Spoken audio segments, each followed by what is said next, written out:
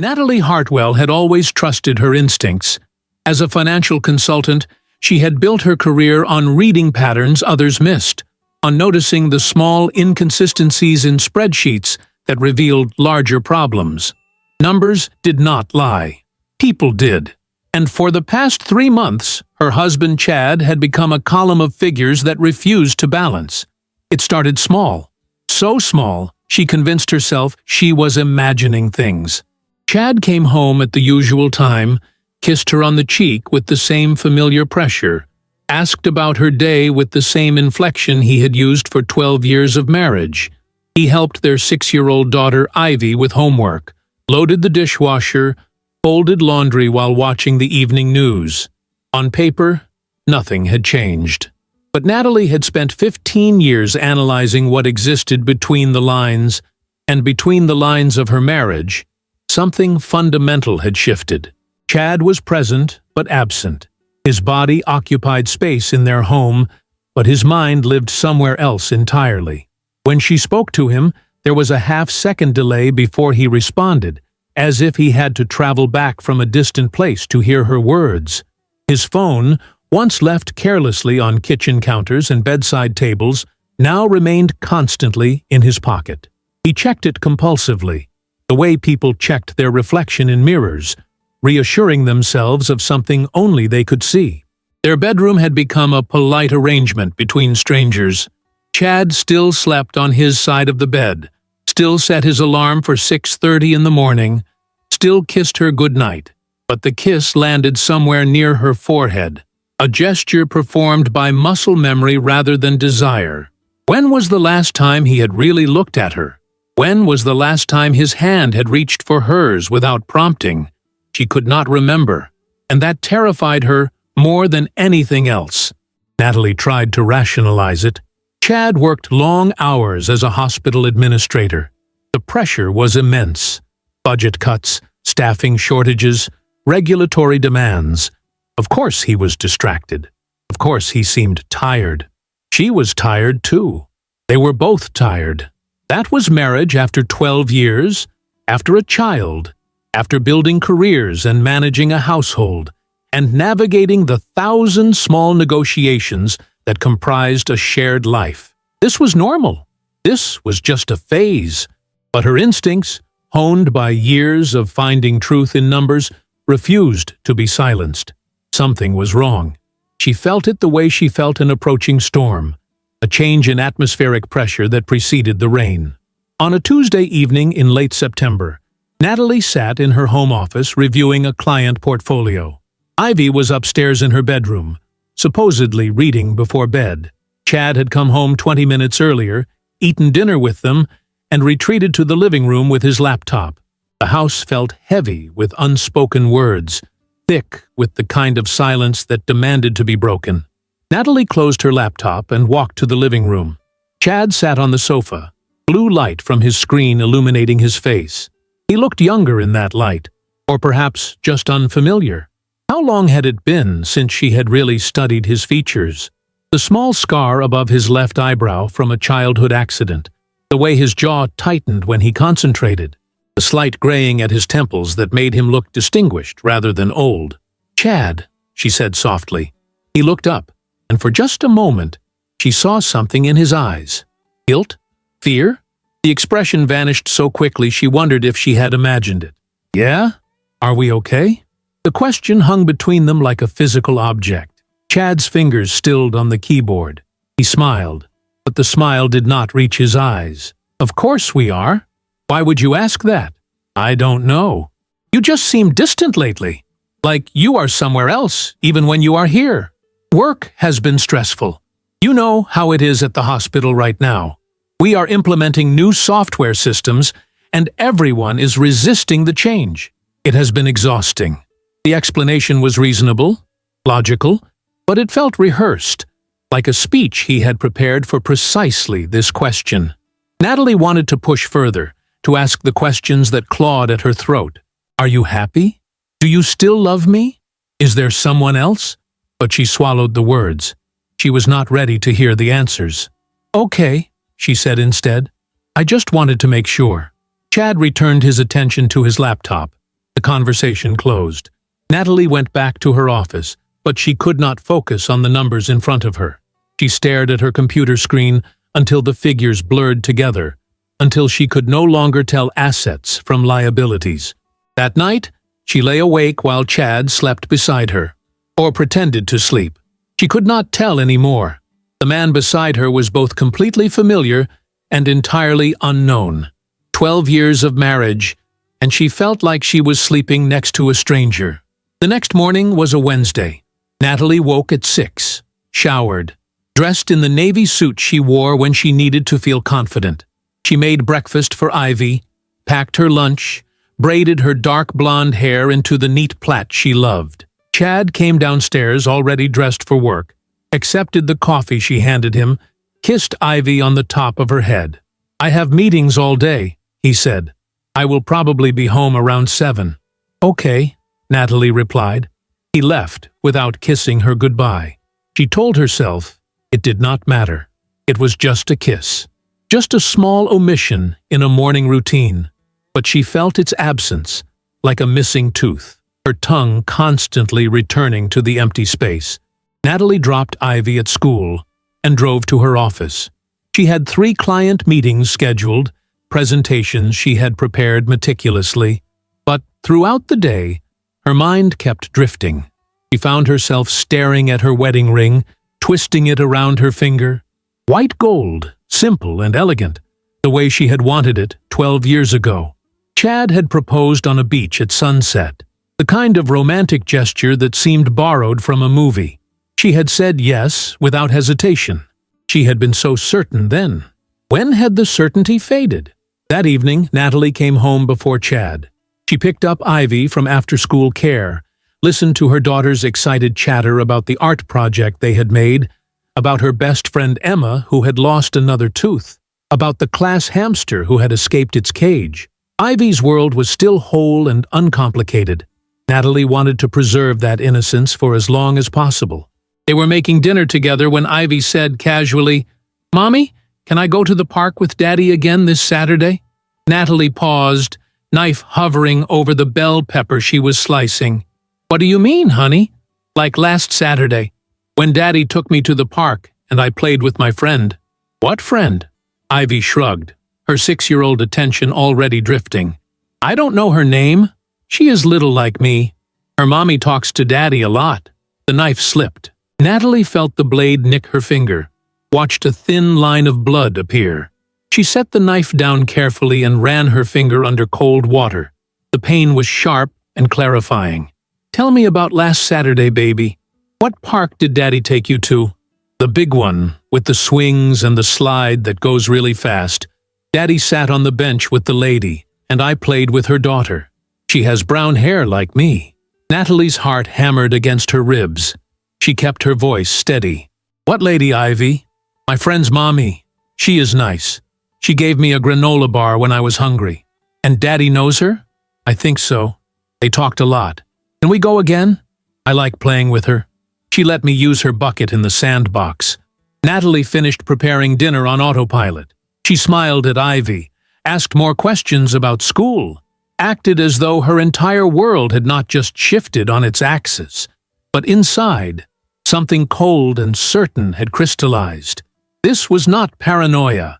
This was not exhaustion or imagination. This was real. Chad came home at 7:15, exactly when he said he would. He greeted them both, washed his hands, sat down for dinner. They ate together like a normal family. Ivy told Chad about her day. He responded appropriately, asked follow-up questions, praised her for being kind to the new student in her class. He was performing fatherhood perfectly, the way an actor performs a familiar role. Natalie watched him across the table. His face showed nothing. No guilt, no nervousness, no sign that he was living a double life. Either he was an exceptional liar, or she was losing her mind. She needed to know which. After dinner, after Ivy was in bed, Natalie sat beside Chad on the sofa. He was scrolling through his phone, his face illuminated by the screen's glow. She waited for him to notice her, to ask if something was wrong. He did not look up. "Chad," she said finally, "Did you take Ivy to the park last Saturday?" His thumb stopped moving. For just a moment, everything froze. Then he looked at her, eyebrows raised in polite confusion. "What? Ivy mentioned you took her to the park. To the big one, with the fast slide?" "Oh, yeah, I did. She wanted to go and you were working on that presentation for the Henderson account? Why? You did not mention it." He shrugged. "Didn't I? It was just a quick trip. She was bored and I needed some air. She said you talked to a woman there, that she played with the woman's daughter." Chad's expression did not change. If anything, he looked slightly amused. "Natalie, it is a public park. There were probably 20 parents there. I might have said hello to someone. Do not specifically remember. Ivy seemed to think you talked to her for a while. Ivy is 6. Her concept of time is not exactly reliable." He turned back to his phone, the conversation apparently over. "Is there something you are actually worried about? Or are you just in an interrogating mood tonight?" The casualness of his tone, the slight edge of irritation, made her doubt herself. Was she being paranoid? Reading too much into innocent interactions? Creating problems where none existed? "I am not interrogating you," she said quietly. "I am just trying to understand." "Understand what?" "I took our daughter to the park. That is what good fathers do." He stood, stretching. "I have an early meeting tomorrow. I am going to bed." He left the room without waiting for her response. Natalie sat alone in the living room, listening to the house settle around her. She thought about the look on his face when she had first asked the question, that moment of stillness, that fractional pause before he responded. Numbers did not lie, and the numbers were not adding up. Natalie did not sleep that night. She lay in the darkness beside Chad, listening to his breathing, studying the rhythm to determine if he was truly asleep or merely pretending. At 3 in the morning, she slipped out of bed and went downstairs to her office. She sat at her desk in the dark, staring at nothing, trying to organize her thoughts the way she organized financial data. What did she actually know? What could she prove? Chad had taken Ivy to a park. He had spoken with a woman. Their daughters had played together. These were facts. Everything else was interpretation, suspicion, the paranoid constructions of a wife who had watched too many movies about infidelity. Except Natalie's career depended on trusting her instincts about patterns, and every instinct she possessed was screaming that something was catastrophically wrong. She opened her laptop and searched for the park Ivy had described. There was only one in their area, with both a fast slide and swings, a large municipal park about 15 minutes from their house. Natalie pulled up a map, studied the layout, memorized the parking areas and walking paths. Then she did something that made her feel simultaneously justified and ashamed. She logged into their shared cell phone account and downloaded Chad's location history. The data loaded slowly, tiny pins dropping onto a map like evidence at a crime scene. Work, home, grocery store, gas station. The ordinary geography of a married man's life. But there, every Saturday for the past 8 weeks, was the park. The timestamps showed he had been there for 2 to 3 hours each visit. Long enough for Ivy to play. Long enough for much more than casual conversation with a stranger. Natalie's hands shook as she scrolled through the data. She went back further. 3 months. 6 months. A year. The pattern emerged like a photograph developing in chemicals. For the past year, Chad had been going to that park almost every Saturday. Sometimes with Ivy.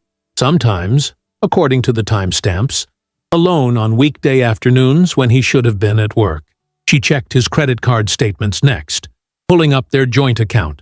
Lunch purchases at restaurants she had never heard of. Always on weekdays. Always for amounts that suggested 2 meals rather than 1. Coffee shops in neighborhoods he had no business visiting. A charge from a florist 3 weeks ago. Natalie had received no flowers. The sun rose while she sat at her desk, assembling evidence. At 6:30, she heard Chad's alarm. She heard the shower run, heard him moving through their bedroom. She stayed in her office until she heard the front door close, until his car pulled out of the driveway. Only then did she go upstairs. Ivy was still sleeping, her small body curled under her purple comforter, one arm wrapped around the stuffed rabbit she had owned since she was 2. Natalie stood in the doorway watching her daughter breathe, feeling something fierce and protective claw its way up her throat. Whatever was happening with Chad, Ivy could not be caught in the crossfire. Ivy, who still believed in fairy tales and happy endings, who thought her parents were perfect and invincible. Natalie got Ivy ready for school, made her scrambled eggs and toast, listened to her talk about the spelling test she had today. She braided her daughter's hair and kissed her forehead and told her she loved her. She dropped her at school and watched her run across the playground to her friends, backpack bouncing, completely unaware that her mother's world was disintegrating. Then Natalie drove home and called her office. She told her assistant she was working from home today to reschedule her morning appointments. She rarely took unscheduled time off. Her assistant asked if everything was okay. Natalie said yes, everything was fine. She just had some personal matters to handle. Personal matters. What a sterile way to describe the systematic destruction of a marriage. She sat in her home office and stared at her phone. She needed to know. She needed certainty. But hiring a private investigator felt like admitting defeat, like giving up on the possibility that this was all a terrible misunderstanding. It felt like the point of no return. Natalie thought about Chad's face last night, the easy denial, the slight amusement, as if her concerns were silly and unfounded. The way he had turned the situation around made her feel foolish for asking. That was gaslighting. She knew what gaslighting looked like. She had clients who had experienced it, who had described the slow erosion of their own judgment, the constant questioning of their own perceptions. She picked up her phone and searched for private investigators in the area. The first 3 websites looked unprofessional, like something from the 1990s. The 4th belonged to a woman named Helen Torres, former police detective, 23 years of experience, specialized in marital investigations. Her website was clean and professional. Her rates were high but not exploitative. Natalie called before she could change her mind. Helen answered on the 2nd ring. Her voice was warm but businesslike. Torres Investigations. Hello, my name is Natalie Hartwell. I think my husband is having an affair and I need proof. The words came out flat and emotionless. Saying them aloud made them real in a way they had not been before. There was no taking them back now. I can help you with that, Helen said. Can you come to my office this afternoon? 2 o'clock? Yes, I will be there. Helen's office was in a modest building downtown, 3rd floor, end of the hall. The waiting area was small but impeccably clean. Motivational posters on the walls about truth and justice felt almost ironic. Helen herself was in her early 50s, short gray hair, kind eyes that had probably seen every variation of human betrayal. She shook Natalie's hand firmly and led her into a private office. Tell me everything, Helen said. So Natalie did. She talked for 45 minutes, laying out the timeline, the behavior changes, the emotional distance, Ivy's innocent revelation about the park. She showed Helen the location data, the credit card statements, the pattern of Saturday visits. Helen listened without interrupting, taking notes in a leather-bound notebook. When Natalie finished, Helen set down her pen and looked at her directly. I am not going to lie to you, Natalie. Based on what you have shown me, this looks like a classic affair pattern.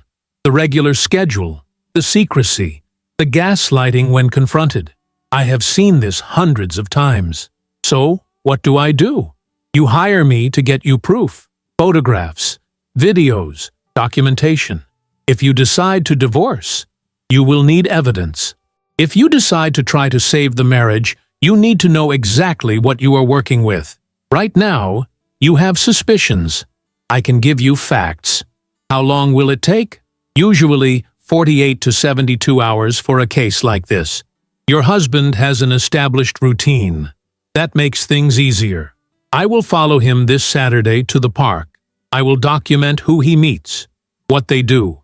If there is an affair, I will find out who she is, where she lives, how long this has been going on.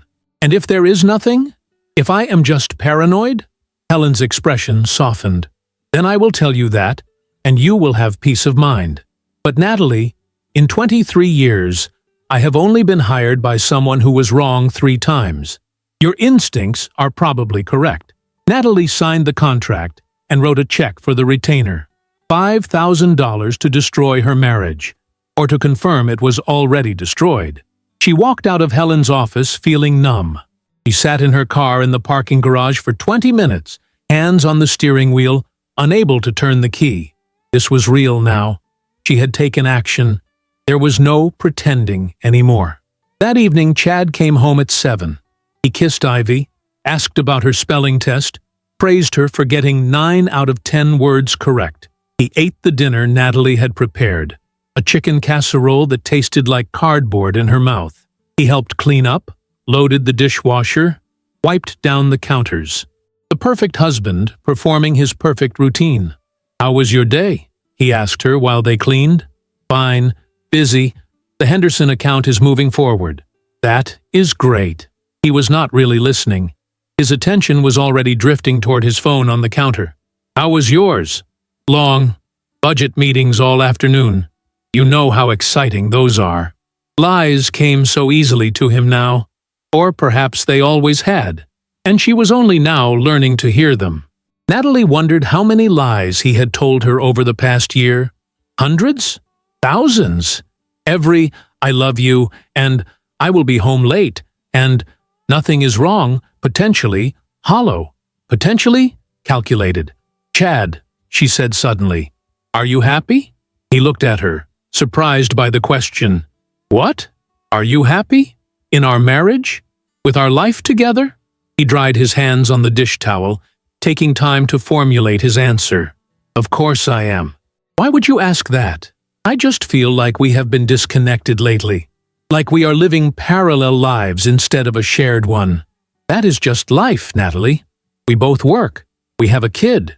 We have responsibilities. It is not like when we first got married. That is normal. But we do not talk anymore. Not really. We do not spend time together. When was the last time we went on a date? I don't know. A couple months ago? 6 months. It has been 6 months. "Oy," he sighed, the sound heavy with irritation. "Okay, then let's go on a date. Pick a night this week, and I will make a reservation somewhere nice." But the offer felt obligatory, something checked off a list, rather than a genuine desire to reconnect. Natalie wondered if he would cancel at the last minute, if he would sit across from her at dinner and spend the entire evening on his phone, if going through the motions of marriage was worse than ending it. "Never mind," she said. "Forget I said anything." "Natalie." His tone shifted, became gentler. He reached for her hand. "I know things have been stressful, for both of us, but we are fine. We are solid. Do not create problems that do not exist."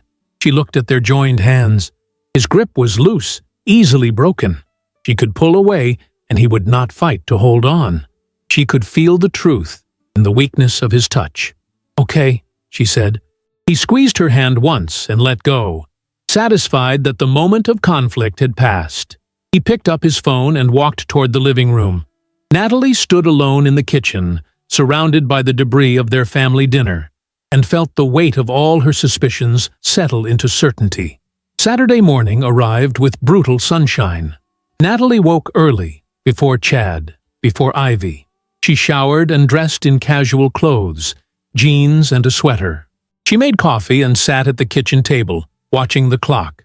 Chad came downstairs at 8:30, already dressed in athletic clothes. "Morning," he said, pouring himself coffee. "Morning. I am going to take Ivy to the park this morning. Give you some time to yourself. You have been stressed." There it was, the pattern repeating itself. Natalie felt something inside her crystallize into ice. "That is thoughtful," she said. "Which park?" "The one with the good playground. He loves that slide." "Okay, have fun." Ivy came downstairs in her purple leggings and unicorn shirt, excited about park time with Daddy. Natalie hugged her tight, breathed in the strawberry scent of her daughter's shampoo, and watched them leave. Chad's car pulled out of the driveway at 9:15. Natalie waited 10 minutes. Then she got in her own car and drove toward the park, but stopped 3 blocks away. She parked on a side street where she could see without being seen. Helen Torres had told her not to come, to let the investigator do her job, but Natalie needed to see with her own eyes. At 9:45, a silver sedan pulled into the park parking lot. A woman got out. She was younger than Natalie, probably early 30s. Dark hair pulled into a ponytail. Pretty in an understated way. She opened the back door and helped a little girl out of her car seat. The child ran toward the playground. The woman followed, checking her phone as she walked. 5 minutes later, Chad's car arrived. Natalie watched her husband get out, watched Ivy run toward the playground, and then she watched Chad walk directly to the woman. He did not hesitate.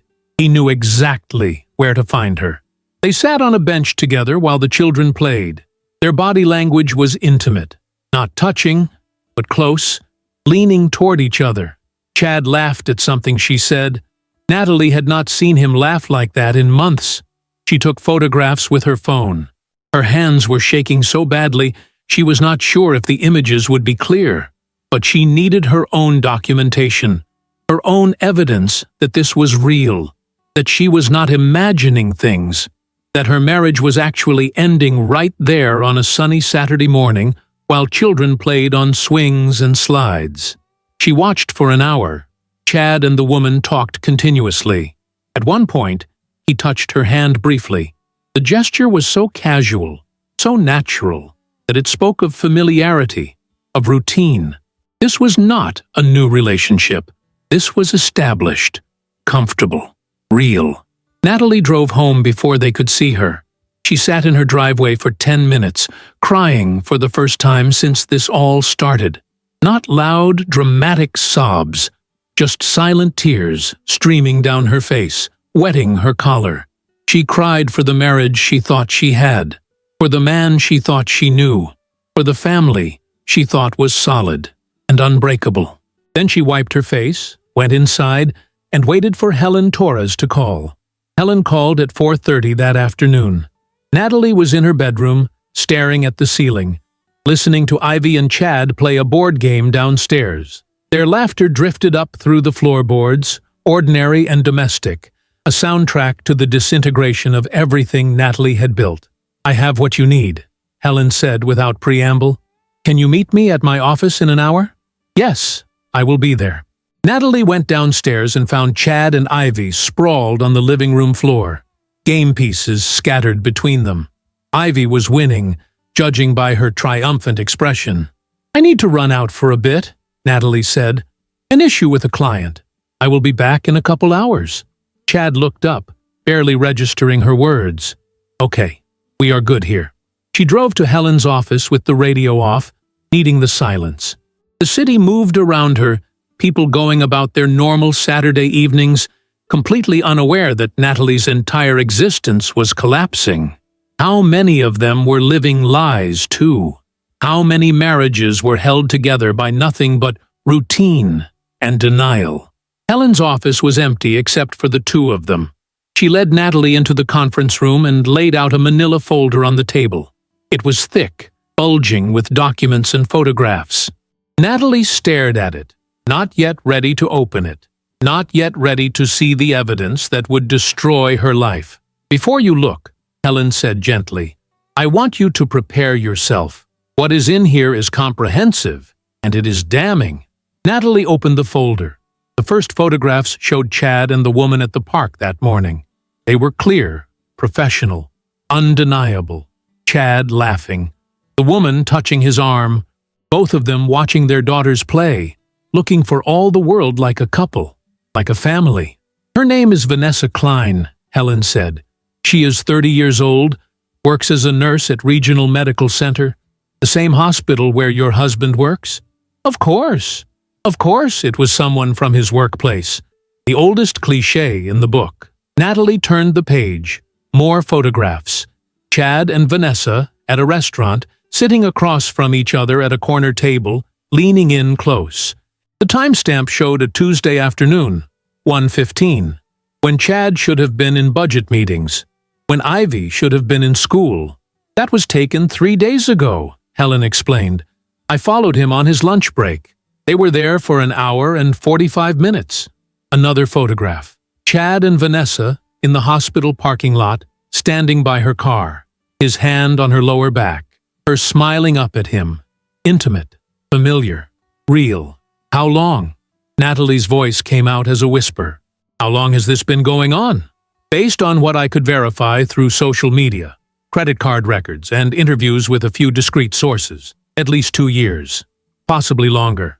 2 years. Natalie felt the number hit her like a physical blow. 2 years of lies. 2 years of him coming home to her bed after being with someone else.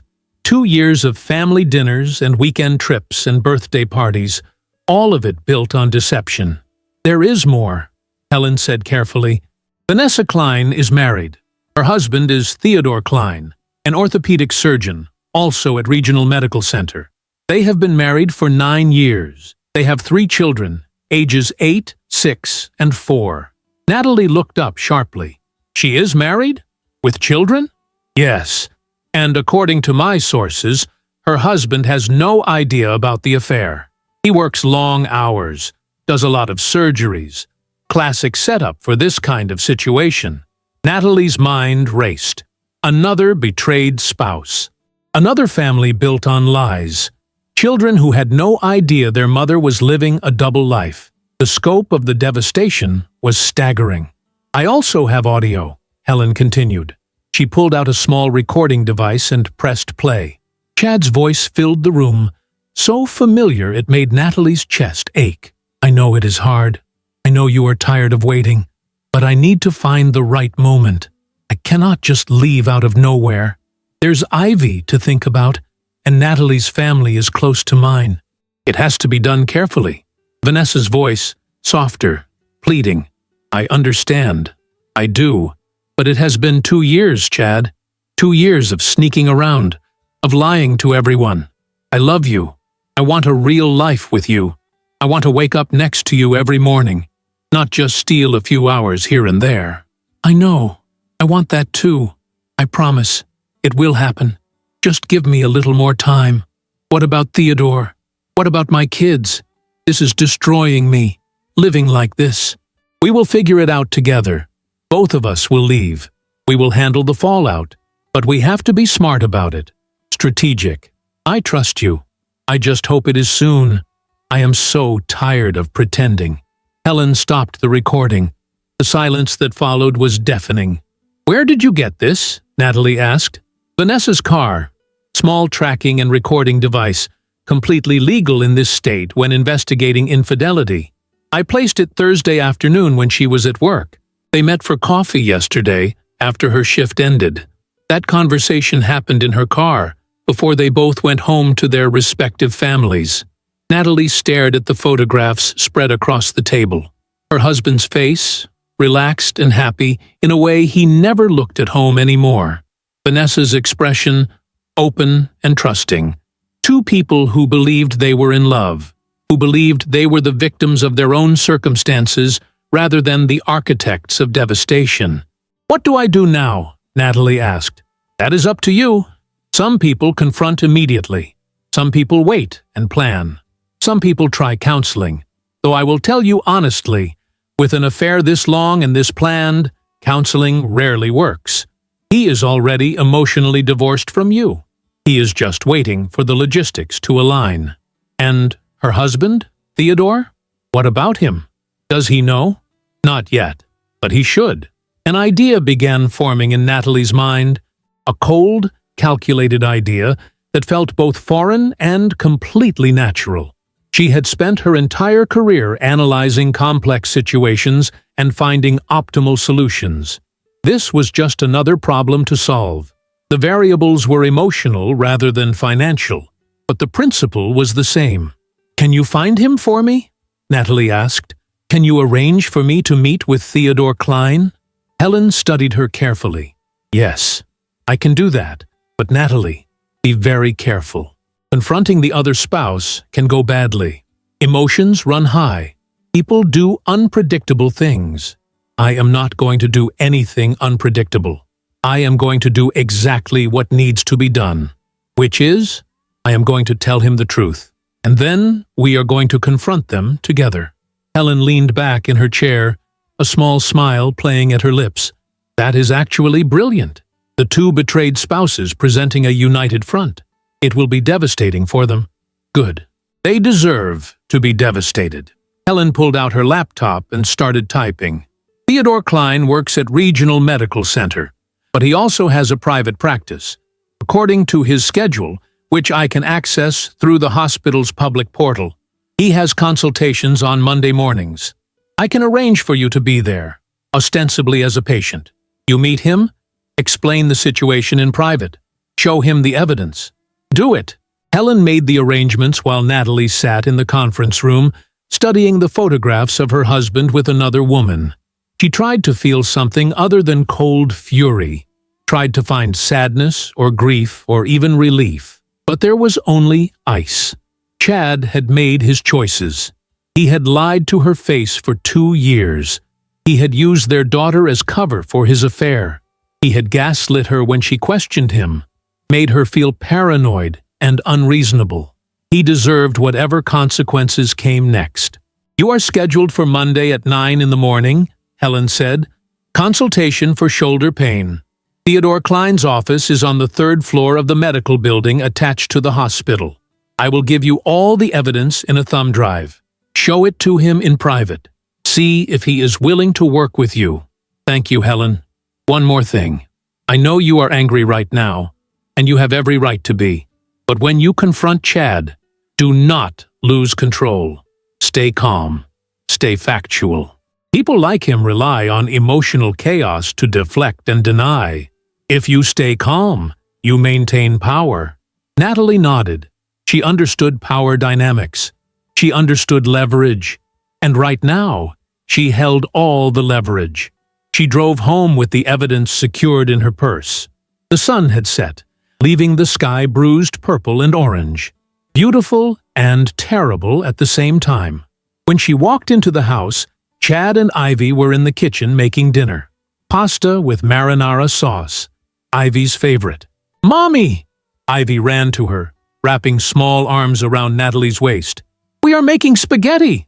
Natalie hugged her daughter tight, breathing in the smell of her hair, feeling the solid warmth of her small body. This was what mattered. This was what she was fighting for. Not the marriage. That was already dead. But Ivy's stability, Ivy's happiness, making sure her daughter came through this intact. "That smells delicious," Natalie said, forcing brightness into her voice. Chad looked over from the stove. "How did it go with your client?" "Fine. Resolved." "Good." They ate dinner together. Natalie watched Chad across the table, wondering if he felt any guilt at all. If there was any moment when he looked at her and Ivy and felt the weight of what he was destroying. But his expression showed nothing. He was completely comfortable in his deception.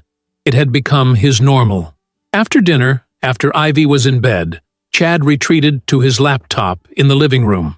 Natalie went to her office and opened the thumb drive Helen had given her. She spent 2 hours reviewing every photograph, every document, every piece of evidence.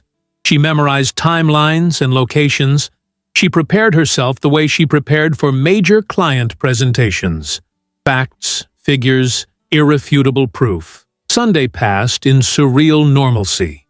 They went to the farmer's market in the morning, had lunch at Ivy's favorite pizza place, spent the afternoon doing yard work while Ivy played in the sprinkler. To anyone watching, they looked like a happy family. A successful couple with a beautiful daughter and a nice house in a good neighborhood. The American dream. But Natalie felt like she was watching her life from outside her body. Every smile felt painted on. Every conversation felt scripted. She was performing the role of happy wife while simultaneously planning the systematic destruction of her marriage. That night, lying in bed beside Chad, she studied his face in the darkness. 12 years of marriage. 12 years of shared history. First apartment, wedding day, Ivy's birth, career changes, family vacations, All those moments, and now she wondered how many of them had been real. When had he stopped loving her? When had he started loving someone else? Or had there been no clear dividing line, just a gradual erosion of commitment until there was nothing left but habit? "Chad," she whispered. He stirred, but did not wake.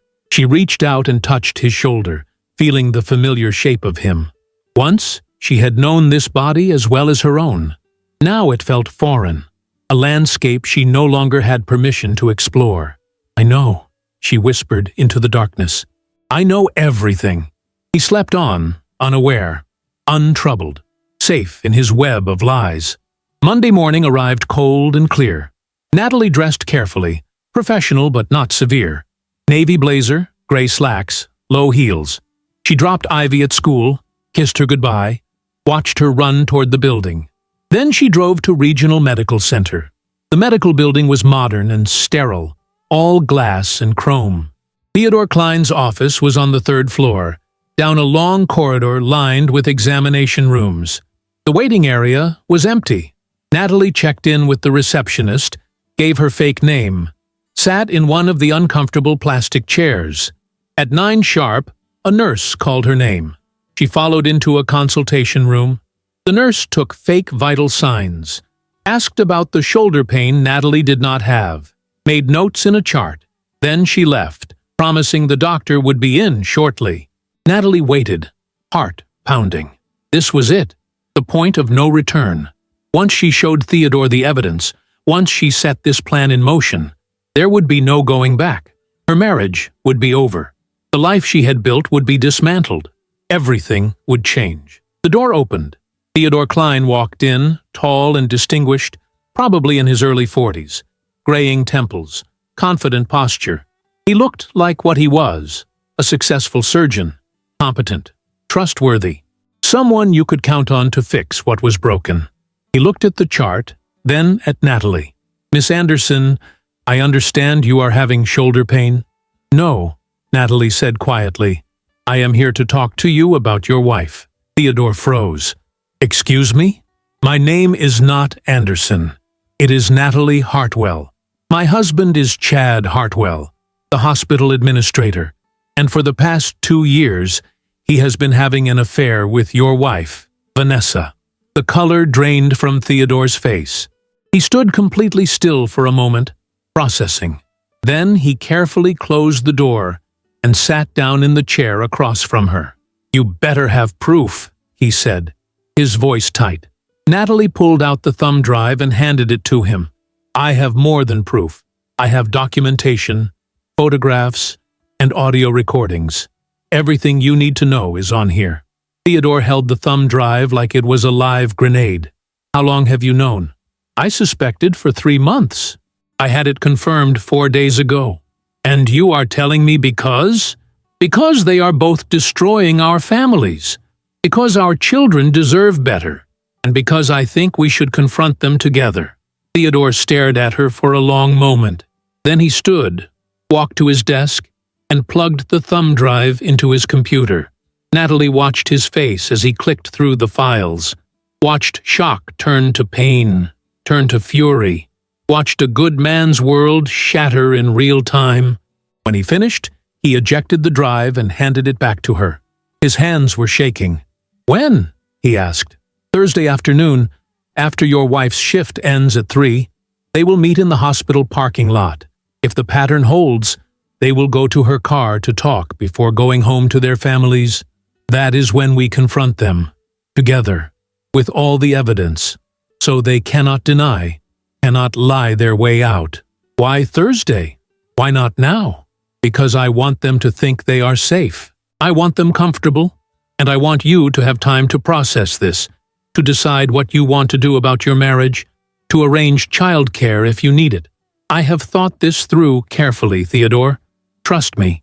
He laughed, a bitter sound. "Trust. That is funny. I trusted my wife. I trusted her completely. Worked 60-hour weeks so she could work part-time, be there for the kids. Never questioned where she was, what she was doing. And this whole time, I know," Natalie said softly. I know exactly how you feel." They sat in silence for a moment, two strangers bound by betrayal. "Okay," Theodore said finally. "Thursday, 3:30. I will be there." The next 3 days felt like walking through glass. Every moment was sharp and fragile, threatening to shatter at the slightest pressure. Natalie moved through her routine with mechanical precision, maintaining the facade of normalcy while her entire world balanced on the edge of collapse. Monday evening, Chad came home at 7:15, kissed Ivy on the head, asked about homework. They ate dinner together. Chicken stir-fry with vegetables. Ivy talked about the art project her class was making for Thanksgiving. Chad listened and responded appropriately, playing his role perfectly. After dinner, he helped Ivy with her math worksheet, while Natalie cleaned the kitchen. The picture of domestic tranquility. Later, after Ivy was asleep, Natalie sat in bed reading while Chad scrolled through his phone beside her. She watched him from the corner of her eye, noting the small smile that flickered across his face, the way his fingers moved quickly across the screen. Texting someone, probably Vanessa, making plans, discussing their future together. A future that would never happen. "What are you smiling about?" Natalie asked, keeping her voice casual. Chad looked up, startled. The smile vanished. "What? Nothing. Just something funny a colleague sent. Can I see?" His grip on the phone tightened. "It is just a stupid meme. You would not find it funny. Try me." "Natalie, seriously, it is nothing." His tone shifted, became defensive. "Why are you interrogating me about a text message?" "I am not interrogating you. I just asked a question. You have been weird all week, asking about the park, questioning where I go, what I do. It is exhausting. I feel like I am living under surveillance." The irony was so perfect it almost made her laugh.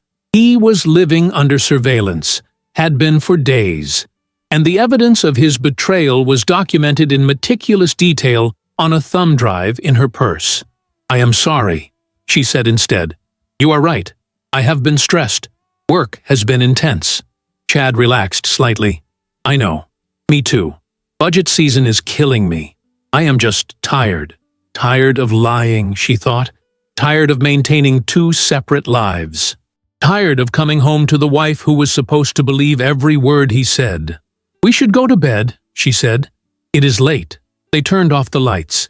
Chad fell asleep quickly, his breathing deep and regular. Natalie lay awake in the darkness, counting down the hours until Thursday. 72 hours. Then 60. Then 48. Tuesday morning, Natalie dropped Ivy at school and drove to her office. She had 3 client meetings scheduled, presentations she delivered on autopilot, while her mind calculated logistics. Where to park at the hospital, what time to arrive, what to say when she saw Chad's face. She went through the scenarios methodically, preparing for every possible reaction. During her lunch break, she received a text from Theodore Klein. Just 4 words. "I will be there." She responded, 3:30, North Parking Structure, Level 3. His reply came immediately. Understood. Natalie deleted the messages and returned to work. That evening, Chad announced he needed to work late Wednesday. A meeting with department heads that had been scheduled last minute. He would not be home until 9 or 9:30. Natalie said that was fine. She would handle dinner and bedtime with Ivy. She watched him carefully as he delivered this news, looking for signs of deception. But his expression was smooth, practiced. He had been lying for so long that it came naturally now. Wednesday evening arrived. Chad texted at 6 to say the meeting was running long. He would grab dinner at the hospital cafeteria. Natalie fed Ivy mac and cheese, gave her a bath, read her 3 stories before bed. When Ivy finally fell asleep, Natalie went to her office and reviewed the evidence one more time. The photographs, the audio, the timeline, everything was ready. She checked her phone. 8:45. She opened the tracking app she had installed on Chad's phone 3 days ago, a small piece of spyware that Helen had provided. According to the GPS, Chad's phone was not at the hospital. It was at an apartment complex 15 minutes away. The same apartment complex where, according to Helen's research, Vanessa Klein had rented a small one-bedroom unit 3 months ago, a place for them to meet without children or spouses or colleagues watching. Natalie stared at the blinking dot on her screen. Her husband was with his mistress right now, in an apartment, while she sat at home with their daughter. The audacity of it was staggering, the sheer, brazen confidence that he would never be caught. At 9:45, the dot started moving, back toward their neighborhood. Chad arrived home at 10:05, exactly when he said he would. He came upstairs to their bedroom, where Natalie was already in bed with a book. "Hey," he said. "Sorry that ran so late. Budget projections took forever." "No problem. How did it go?" "Exhausting. You know how those meetings are. Everyone has opinions, nobody wants to compromise." He pulled off his shirt and tossed it in the hamper. "I am going to take a quick shower." Natalie watched him walk into the bathroom. She heard the water start, heard him step into the shower. She waited 30 seconds, then quietly got out of bed and went to the hamper. She pulled out the shirt he had been wearing. It smelled like perfume, not her perfume. Something floral and sweet, the scent of another woman. She put the shirt back and returned to bed, her hands shaking. Tomorrow, this would all be over. Thursday morning dawned gray and cold, the sky heavy with clouds that threatened rain. Natalie woke before her alarm, adrenaline already coursing through her system. She showered and dressed carefully. Black slacks, white blouse, gray blazer, professional, controlled. She braided her long brown hair and checked her reflection in the mirror. The woman staring back at her looked calm and composed. No one would guess that in 6 hours she would be destroying multiple lives. She made breakfast for Ivy, packed her lunch, drove her to school. At the drop-off line, Ivy unbuckled her seatbelt and leaned over to kiss Natalie's cheek. "Love you, Mommy. Love you too, baby. Have a good day." She watched Ivy run into the school building, her purple backpack bouncing. Then she drove to her office. She had cleared her afternoon schedule, told her assistant she had a personal appointment, and would not be back until tomorrow. Her assistant had not asked questions. Natalie never took unscheduled time off. Something serious must be happening. At 2:30, Natalie left her office and drove to Regional Medical Center. The parking structure was massive, 6 levels of concrete and shadows. She parked on level 3, north section, in a spot with a clear view of the elevators. Then she waited. At 3:15, Theodore Klein's Mercedes pulled in 2 spaces away. He got out and walked to her car, sliding into the passenger seat. He looked exhausted, like he had not slept in days. Probably because he had not. "Are you ready?" Natalie asked. "No, but let's do it anyway." They did not speak after that. They sat in silence, watching cars come and go, watching hospital staff change shifts. Natalie's heart hammered against her ribs. Her hands were cold despite the car's heater. She thought about turning back, about driving away, about pretending she had never discovered any of this. But that was impossible. You could not unknow truth. You could only decide what to do with it. At 3:40, Vanessa Klein's silver sedan pulled onto level 3. She parked near the elevator, in the same spot she always parked according to Helen's surveillance. Vanessa got out, checked her phone, leaned against her car, waiting. 5 minutes later, Chad emerged from the elevator. He wore his work clothes, dress shirt and slacks, looking every bit the respectable hospital administrator. He walked directly to Vanessa. She smiled when she saw him, the kind of smile that said home, that said safety. He reached her, and they stood close, not quite touching, aware they were still in a public place where colleagues might see. "Now," Natalie said. She and Theodore got out of her car simultaneously.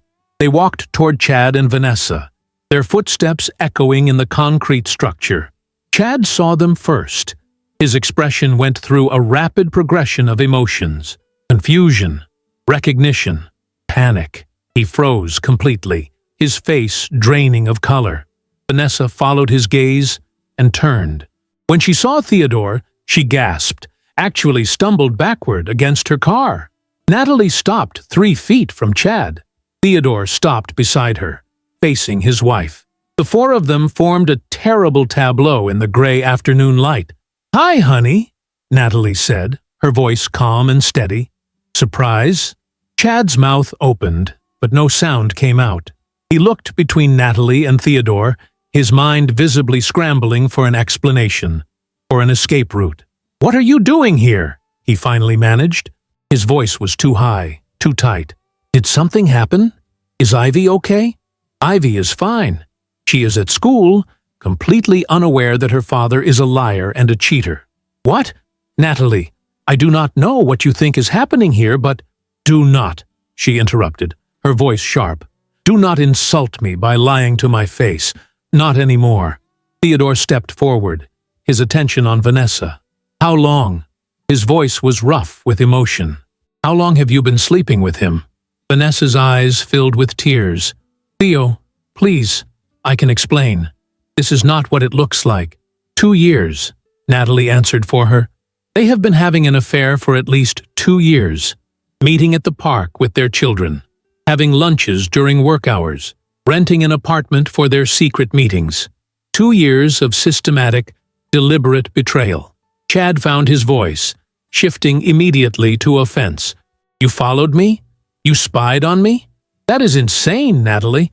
That is absolutely insane. What is insane is thinking you could have an affair for 2 years and never get caught.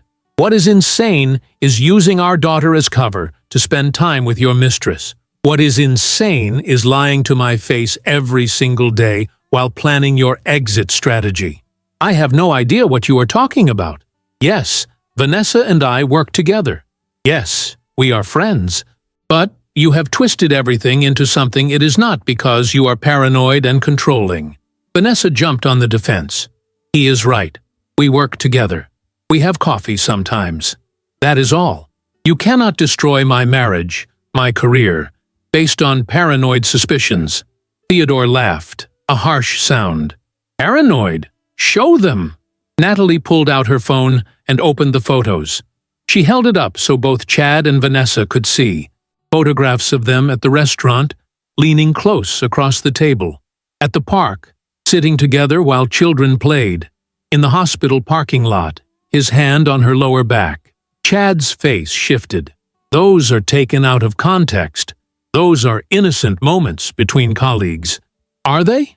Natalie swiped to the next image. Chad and Vanessa in her car, visible through the window, kissing. The timestamp showed 2 weeks ago, a Wednesday afternoon. The silence was absolute. "Still innocent?" Natalie asked. Chad's defensive anger collapsed into something else, something that looked almost like relief, as if he was tired of pretending, tired of the constant lies. "Okay, fine. Yes, we have been seeing each other. But Natalie, you have to understand. Our marriage was already over. We have been living like roommates for years. I was unhappy, and I found someone who made me happy. So this is my fault. You cheated on me because I made you unhappy? I am not saying it is your fault. I am saying our marriage was broken long before Vanessa. She is not the problem. She is a symptom." Vanessa was crying now, mascara running down her face. She turned to Theodore. "I never meant to hurt you. I never wanted this to happen. He told me his marriage was ending anyway, that they were already separated emotionally. I thought I was helping someone who was suffering." Theodore's expression was ice. "You thought sleeping with a married man while you were married with 3 children at home was helping? You thought lying to me for 2 years was helping? He pursued me. For months, he made me feel special, like I mattered. You are never home, Theo. You work all the time. I was lonely. So you solved your loneliness by destroying our family?" Theodore pulled an envelope from his jacket pocket. "These are divorce papers. I have already filed. You will be served officially tomorrow, but I wanted you to know now. I want full custody of the children. You will have supervised visitation until we determine you are a fit parent." Vanessa's face crumpled. "No, no. You cannot take my babies. Please, Theo. We can fix this. We can go to counseling. Counseling? Theodore's voice rose. You want counseling after 2 years of lies? After systematically destroying everything we built together? No, we are done. Chad tried a different approach, his voice softening, becoming pleading. He reached for Natalie's arm. She stepped back. Please, can we talk about this privately? Just you and me. We have been together 12 years. That has to mean something. We have a daughter together. We owe it to Ivy to try. Do not use our daughter to manipulate me. You already used her enough as your alibi. I made a mistake. A terrible mistake. But people make mistakes. Marriages survive affairs. We can survive this if you are willing to try. Natalie looked at him. Really looked at him. This man she had loved, had trusted, had built a life with, and she felt nothing but contempt. You are right, she said quietly. Marriages can survive affairs, but they cannot survive 2 years of calculated deception. They cannot survive gaslighting and manipulation. They cannot survive using your child as a shield for your betrayal. This was not a mistake, Chad. This was a choice. Hundreds of choices, made every single day for 2 years. Everyone deserves a second chance. You had chances. Every morning you woke up next to me. Every dinner we shared. Every time you kissed our daughter goodnight and then texted your mistress. Those were all chances to stop, to be honest, to do the right thing. You chose differently every single time. Natalie pulled another item from her purse, the small recording device. She pressed play. Chad's voice filled the parking structure. I know it is hard. I know you are tired of waiting, but I need to find the right moment. I cannot just leave out of nowhere. She let it play for 30 seconds, then stopped it. You were planning to leave me. You were just waiting for the right strategic moment. So do not stand there and tell me you want to save our marriage. You want it out. You just wanted to control the timing. Chad stared at the ground, his defenses finally exhausted.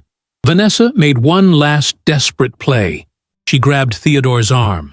Please, think about the kids. Think about what this will do to them. They need their mother. They need their family intact. Theodore removed her hand from his arm with deliberate care.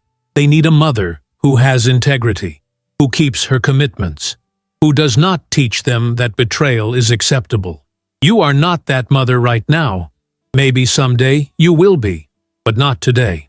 He turned to Natalie. There is one more thing.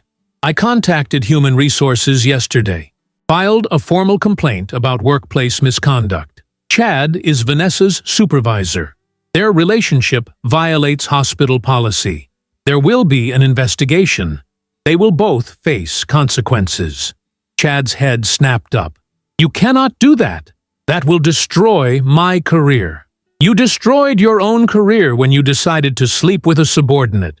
Those are the consequences of your choices. This is revenge. This is petty vindictiveness. No, Natalie said. This is accountability. Something you have avoided for 2 years. She looked at Vanessa, who was still crying against her car. Your husband deserves better than you. Your children deserve better than you. And whatever you thought you had with Chad, whatever fantasy you built in your head, it was never real. It was built on lies and stolen moments. That is not love. That is just selfishness dressed up as romance. Natalie turned back to Chad. My attorney will contact you tomorrow. I am filing for divorce. I am seeking primary custody of Ivy. You will have visitation rights, but I will be documenting everything. Every late pickup, every broken promise, every time you put your needs above hers. And if you fight me on custody, I will make sure the judge sees every piece of evidence I have, every photograph, every text message, every lie. You are really going to do this? You are going to destroy our family over this? I am not destroying our family. You already did that. I am just making sure Ivy has at least one parent she can trust. Natalie walked back to her car. Theodore followed. They got in, and she started the engine. Through the windshield, she watched Chad approach Vanessa. He tried to put his arm around her, to comfort her.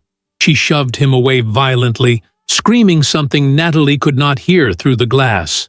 Their perfect affair was disintegrating in real time, collapsing under the weight of consequences they had never truly believed would come. Natalie drove out of the parking structure. In her rearview mirror, she saw Vanessa sink to the ground beside her car, still crying.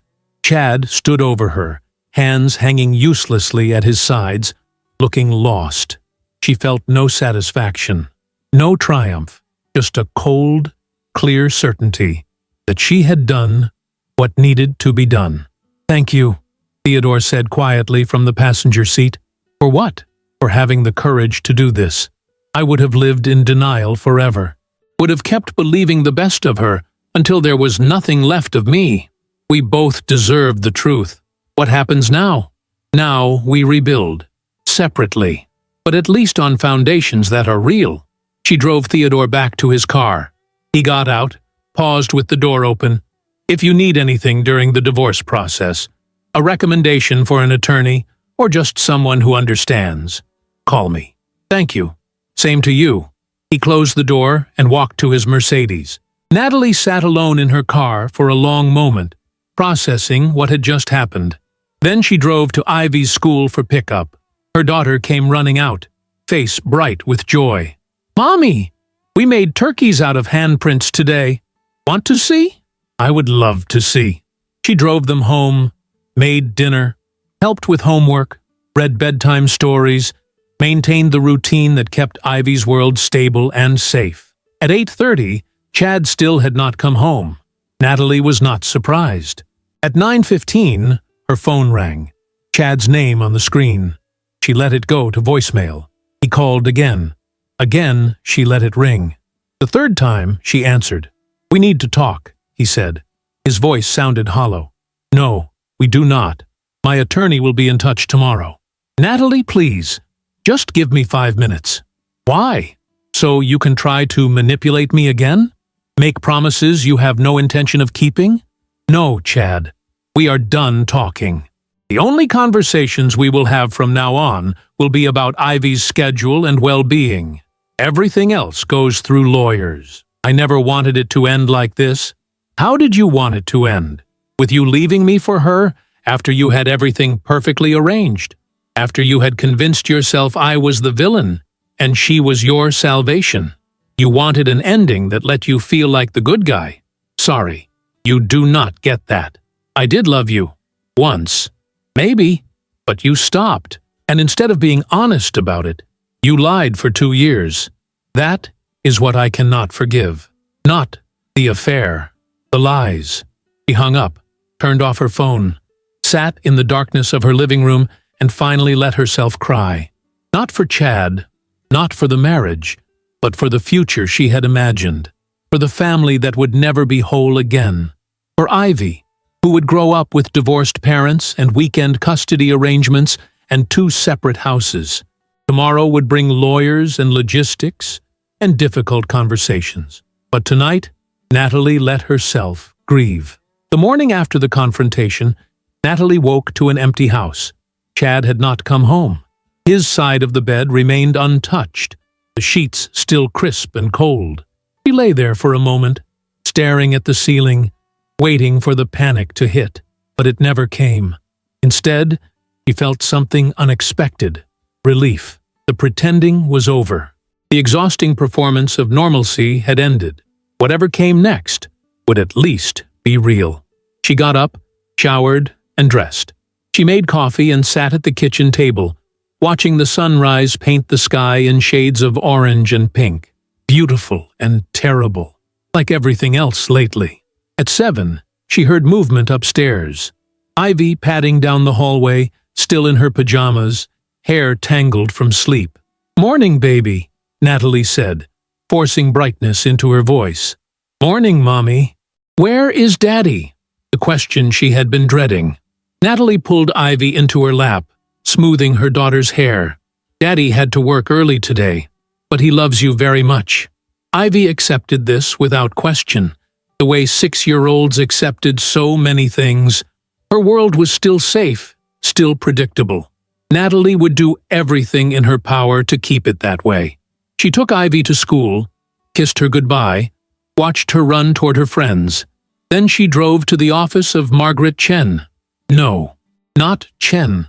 Margaret Morrison, the divorce attorney Helen Torres had recommended. Margaret was in her late 50s, with steel-gray hair and eyes that had seen every variation of marital warfare. Her office was elegant, but not ostentatious, decorated in calming blues and grays. "Tell me everything," Margaret said, pen poised over a legal pad. So Natalie did. The whole story, from the first suspicions to yesterday's confrontation. She showed Margaret all the evidence, the photographs, the audio recordings, the location data, the credit card statements.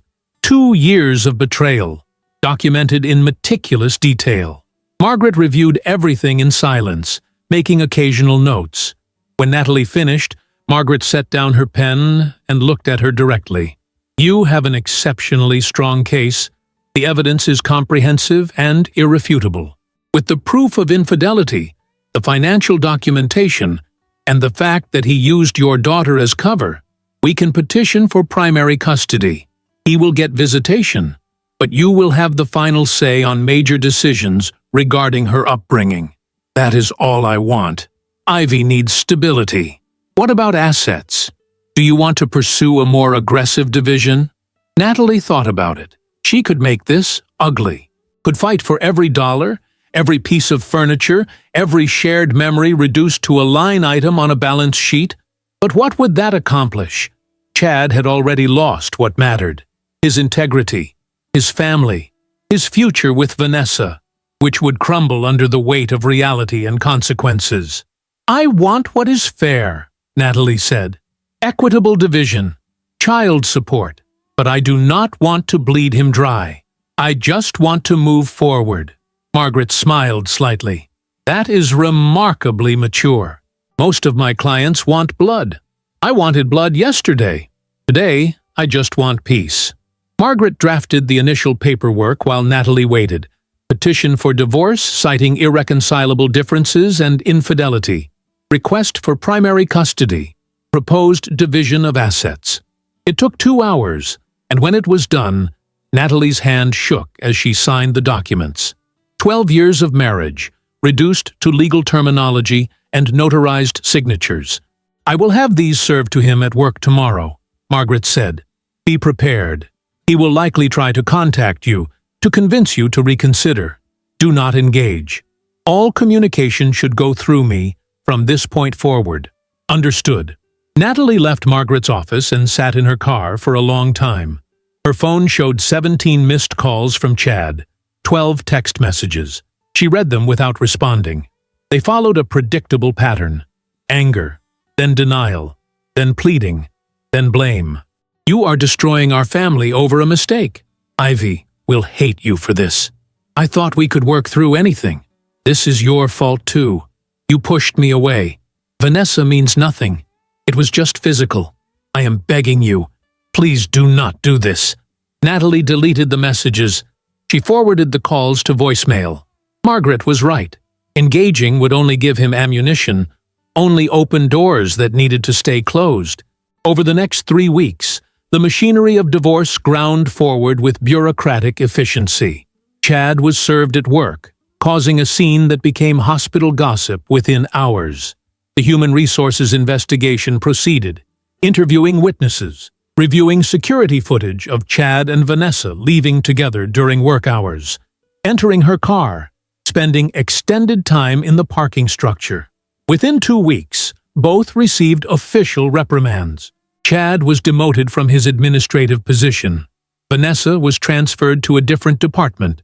Her shifts changed to nights. Theodore Klein's divorce moved even faster. With 3 children and clear evidence of infidelity, the court sided heavily in his favor.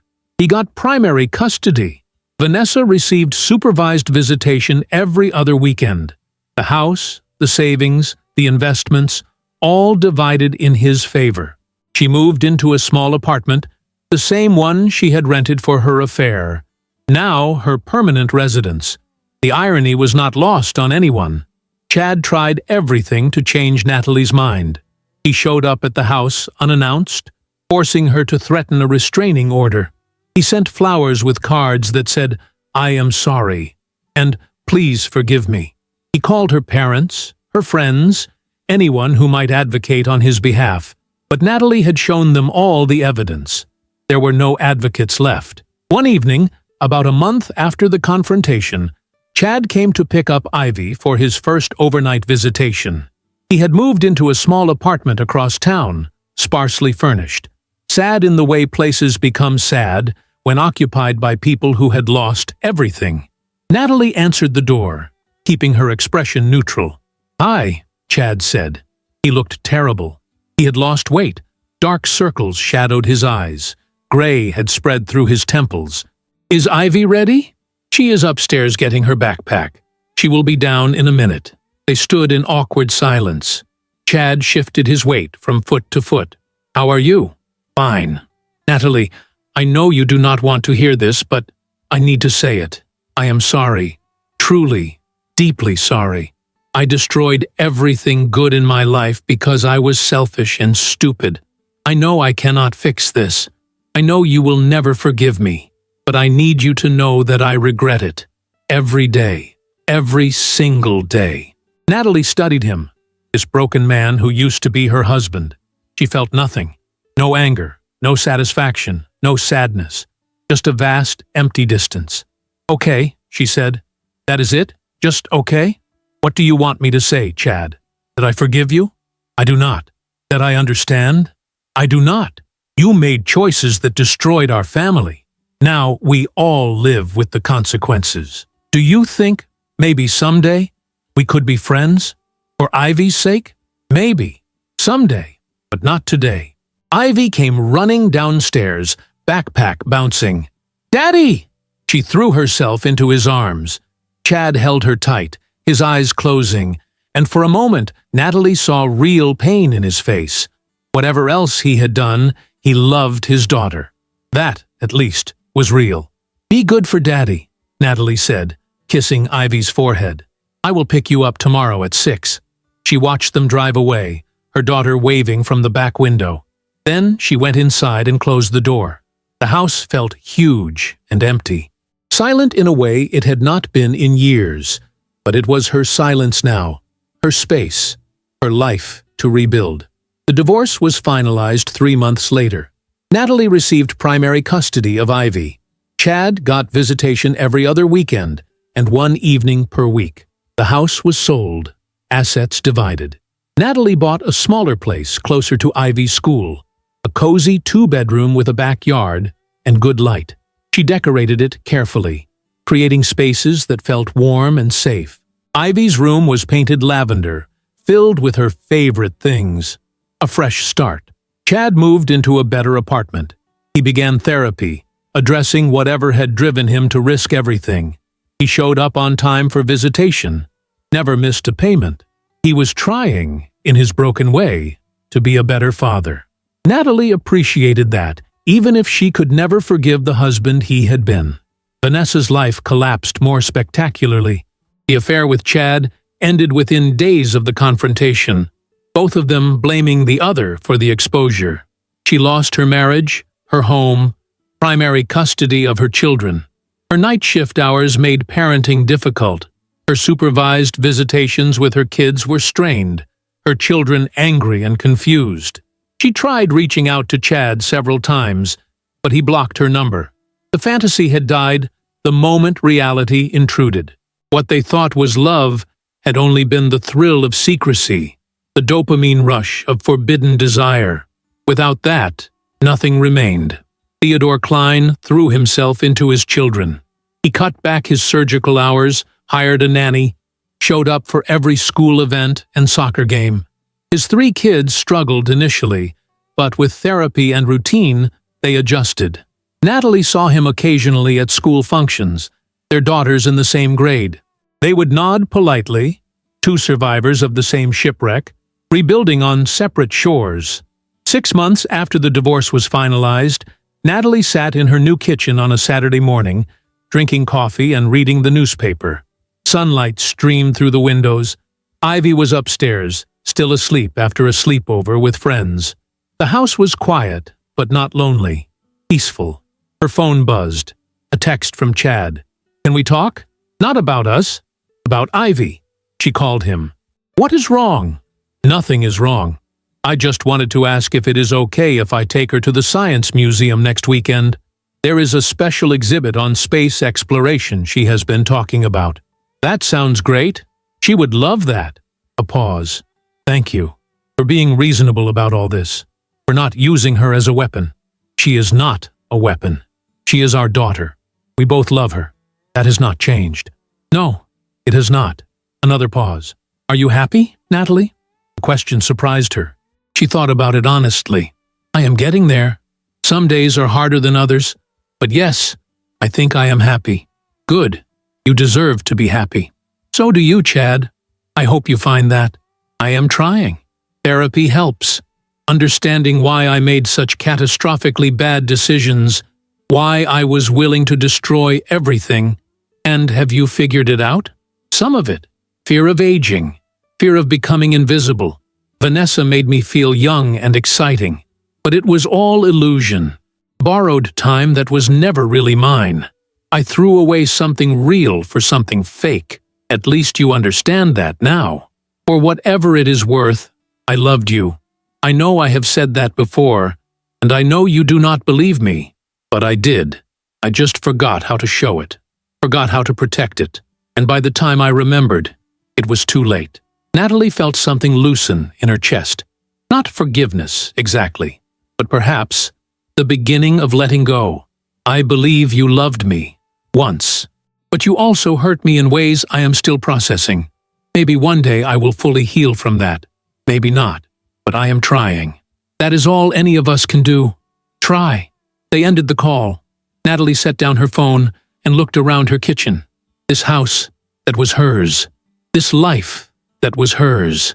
It was not the life she had planned, not the fairy tale she had imagined 12 years ago on a beach at sunset, but it was real, honest, built on truth rather than illusion. 8 months after the divorce, Natalie was picking up Ivy from school when she ran into Theodore Klein. His daughter had just gotten into his car, waving at Ivy through the window. Theodore walked over, smiling. "Natalie, how are you?" "Good. Really good, actually. You?" "Same. The kids are doing better. My oldest finally stopped asking when Mommy is coming home. Hard to hear, but also a relief in some ways. I understand. Ivy asks about Chad and me getting back together sometimes. I try to be honest without destroying her hope. It is a delicate balance." Theodore hesitated.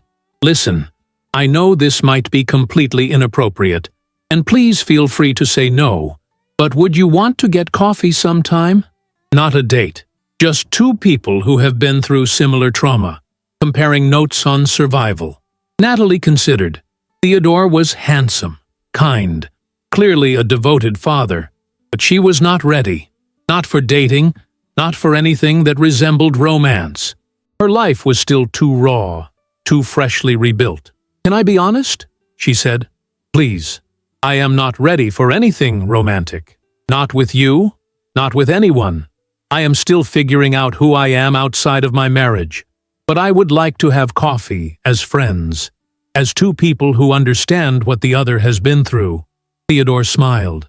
"Friends sounds perfect. And for what it is worth, I am not ready either. But it helps to know I am not the only one rebuilding. You are definitely not alone."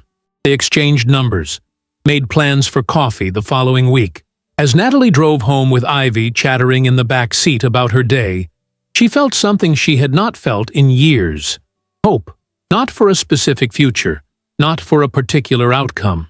Just general hope that life could be good again, that trust could be rebuilt, that happiness was not a destination, but a practice, something you chose every day. 10 months after the divorce, on a crisp autumn afternoon, Natalie took Ivy to a park. Not the park where Chad had met Vanessa. A different one, across town, with better equipment and fewer ghosts. They spent the afternoon on the swings, racing down slides, building elaborate structures in the sandbox. Ivy's laughter rang clear and bright, untroubled by the complexities of adult relationships. As the sun began to set, painting the sky in brilliant oranges and purples, they sat on a bench sharing a bag of popcorn. Ivy leaned against Natalie's side, tired and content. "Mommy," Ivy said. "Yes, baby? Are you sad that Daddy does not live with us anymore?" Natalie considered how to answer. She wanted to be honest without burdening her daughter with adult pain. "Sometimes I am sad about how things turned out, but I am not sad about our life now. I love our house. I love our time together. And Daddy loves you very much. That has not changed. But do you still love Daddy? I love the father he is to you. I love the memories we have as a family. But the kind of love that grown-ups have in a marriage? No, that changed. Because he made bad choices? Yes, because he made bad choices, and I made the choice to not accept those choices. Sometimes love is not enough if people are not honest with each other." Ivy processed this silently for a moment. Then she said, "I think you are brave, Mommy." Natalie's throat tightened. "Why do you say that?" "Because you did something scary to make things better, even though it was hard." Natalie pulled her daughter close, kissing the top of her head. "Thank you, baby. That means everything to me." They sat together as the sun completed its descent, the park gradually emptying around them. Natalie thought about the woman she had been a year ago, suspicious, frightened, trapped in a marriage built on lies. That woman felt like a stranger now, someone she had once known but no longer inhabited. The woman she was now was harder, yes, more cautious, slower to trust, but also stronger, more honest with herself, unwilling to accept less than she deserved. She had walked through fire and emerged with burns and scars, but also with clarity, with the knowledge that she could survive anything, that she could rebuild from ashes.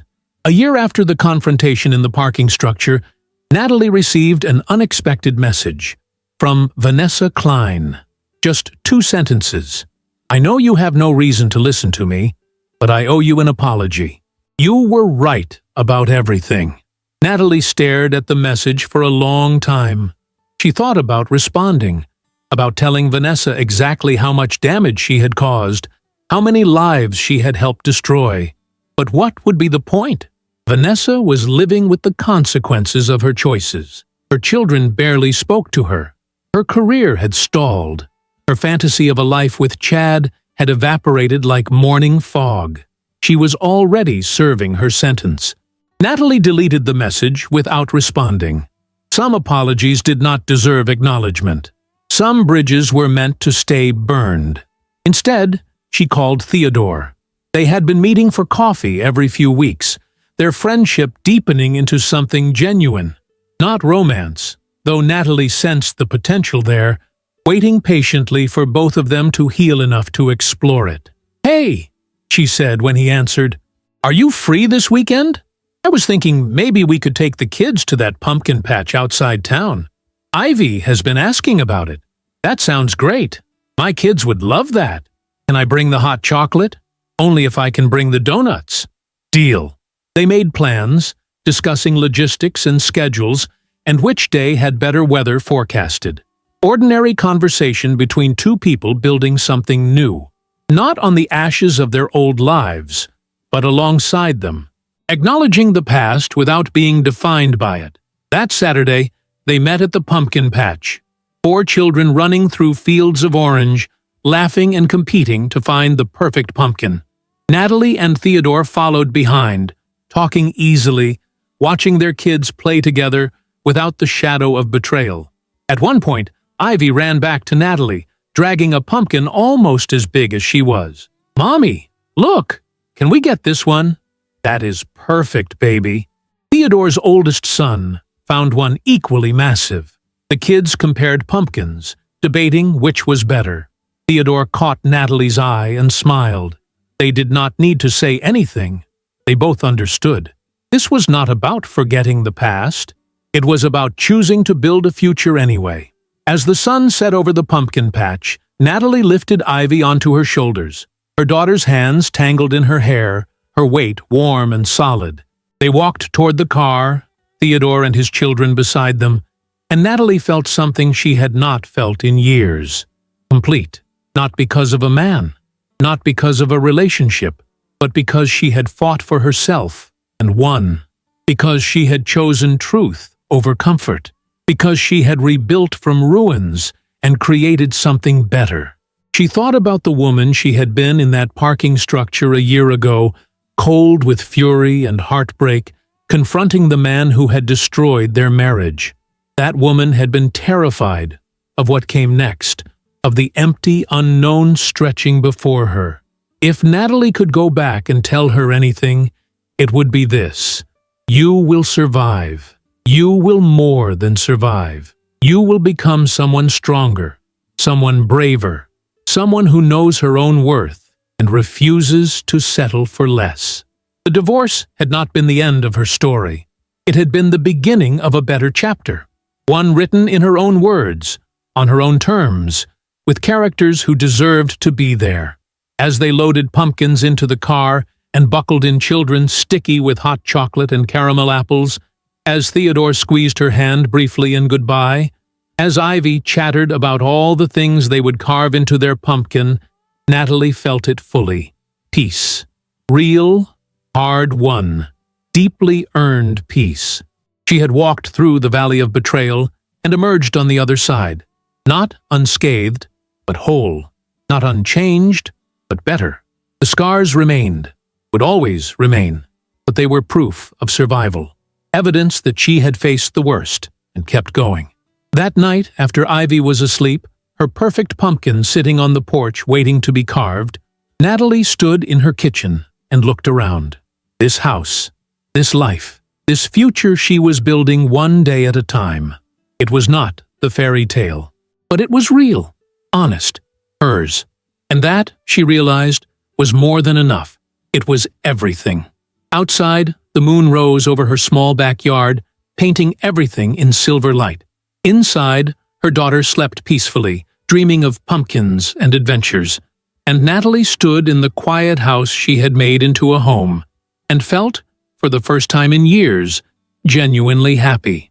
Not the desperate happiness of denial, not the false happiness of pretending everything was fine, but the deep, bone-level happiness of a woman who had fought for herself and won, who had demanded truth and refused to settle for anything less, who had walked through fire and came out forged into something stronger. The past would always be there, a landscape she had crossed but could not change. But the future stretched ahead full of possibility, and Natalie was ready for it, ready to trust again when the time was right, ready to love again when she found someone worthy, ready to build a life that honored her own strength and resilience. She had been broken, she had healed, and in the healing, she had become someone new, someone better, someone she was proud to be. That was the real ending, not revenge, not reconciliation, just a woman standing in her own kitchen, in her own house, living her own truth, whole, free, finally, completely herself. If you enjoyed the story, leave a like and subscribe to the channel. And drop a comment below. What city are you watching from? And if your heart tells you to, feel free to leave me a tip on Buy Me a Coffee. Just check the first pinned comment. Thanks for keeping me company and for the coffee, and I'll see you in the next story.